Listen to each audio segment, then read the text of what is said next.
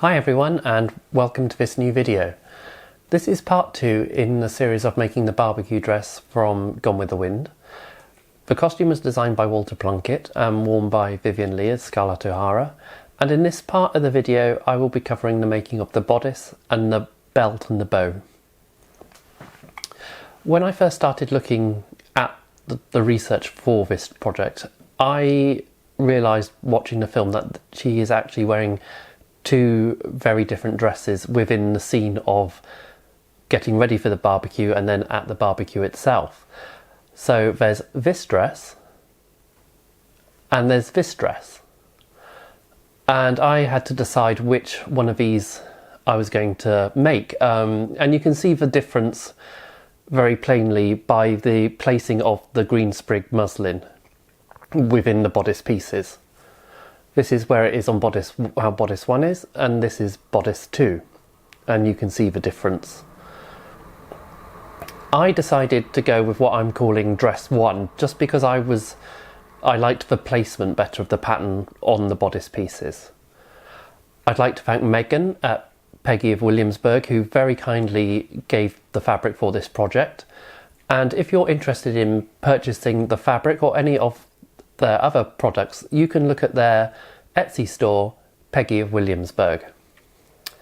So let's get into making this bodice, and I'll see you at the end with the finished product. To begin this bodice, I've made a toile from the pattern from Peggy of Williamsburg, and there's just a couple of things I want to talk to you about regarding this. So in the original pattern, it's cut with the princess seams going all the way up into the shoulder line. Now this is correct to the film.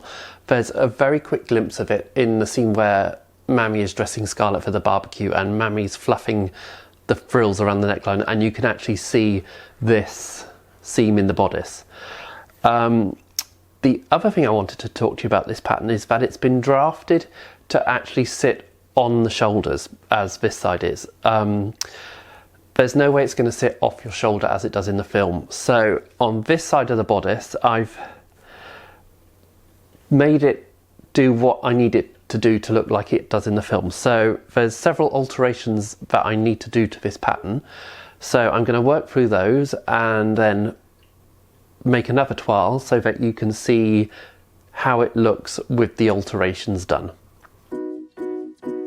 Here I'm marking the alterations to the toile. I then transfer these to the paper pattern.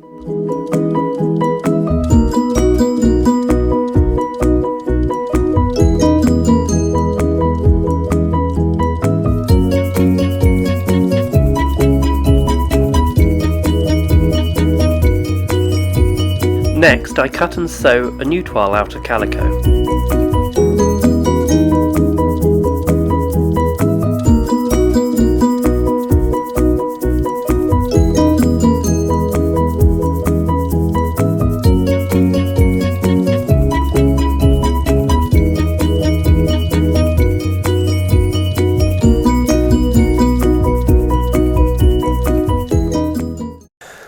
So here's the second toile now of the bodice. I've worked through all the alterations. I'm much happier with the shape.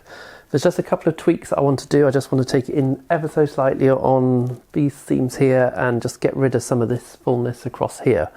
Apart from that, I'm really liking it. So I've put on the toile of the belt because the next step that I want to do is I want to put on the film and draw on the toile the placement of the floral print so that I'm getting the same placement or as close as the same placement as I can when I cut my fabric.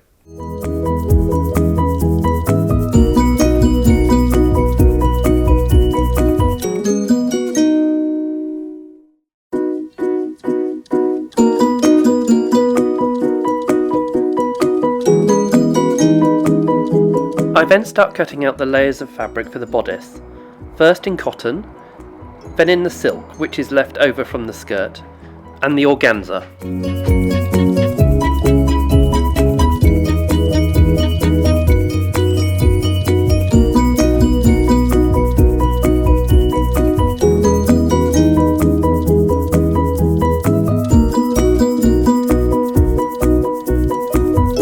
Here you can see me lining up the green sprigged organza for cutting out. I'm using the 12 pieces that I drew on to get the placement of the pattern correct.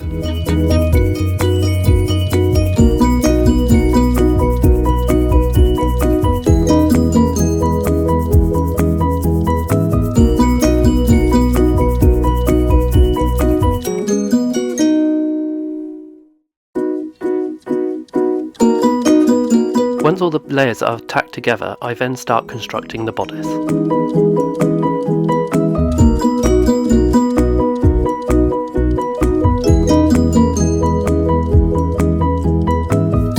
The raw edges of the bodice are finished with bias binding that I've made from the silk.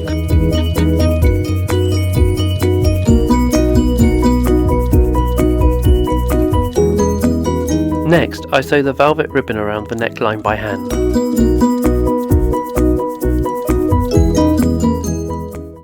So I was lifting the sewing machine off the table and this happened.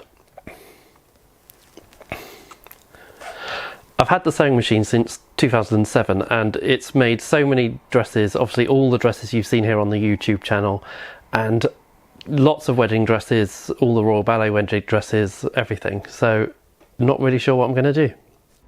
After that, I move on to the belt and sew 2 pieces of velvet ribbon together to give me the correct width.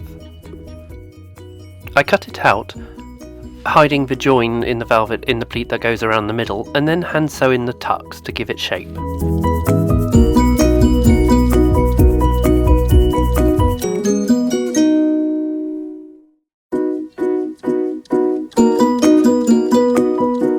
Here you can see me cutting out the backing and the lining of the belt.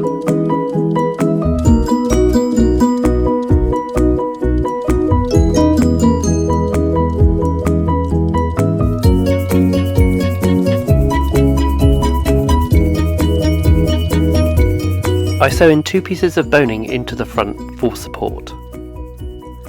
Next, I machine sew all the layers together on the top edge and hand sew the bottom edge closed.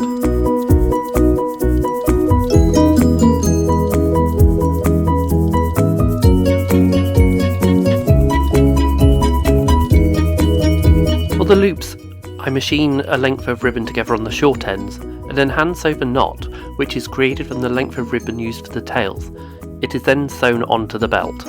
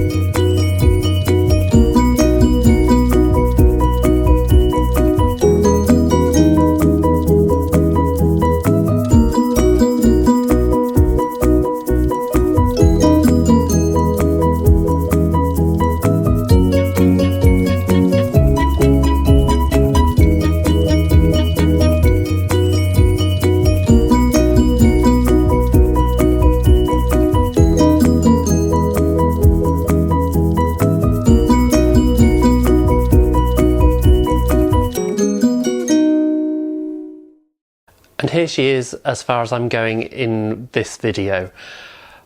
One of the things that I want to tell you though is that the belt I've got on upside down as to what it tells you in the pattern.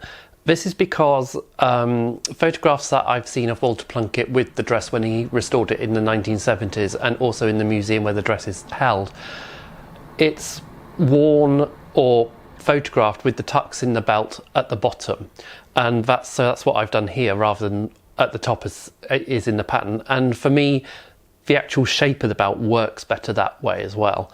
And one of the other things that I've also done differently to the pattern is that I haven't put a bone down the centre front of the belt, and this is because in the film there's a couple of scenes, if you have like, the Blu-ray you may be able to notice it, is that the bottom of the belt actually has flipped up like this, and that in my mind wouldn't do it if there was a bone in there. So that's my reasoning for not putting the bone in the front of the belt. I'd like to thank my patrons for their continued support of my channel, and also to anyone who has sent a super thanks to help contribute to the making of this costume. It really means a lot, and I couldn't do it without any of your support. Please join me for part 3 of this series, where I will be tackling the frills that go around the neckline. I hope you've enjoyed this video, and I'll see you all again very soon.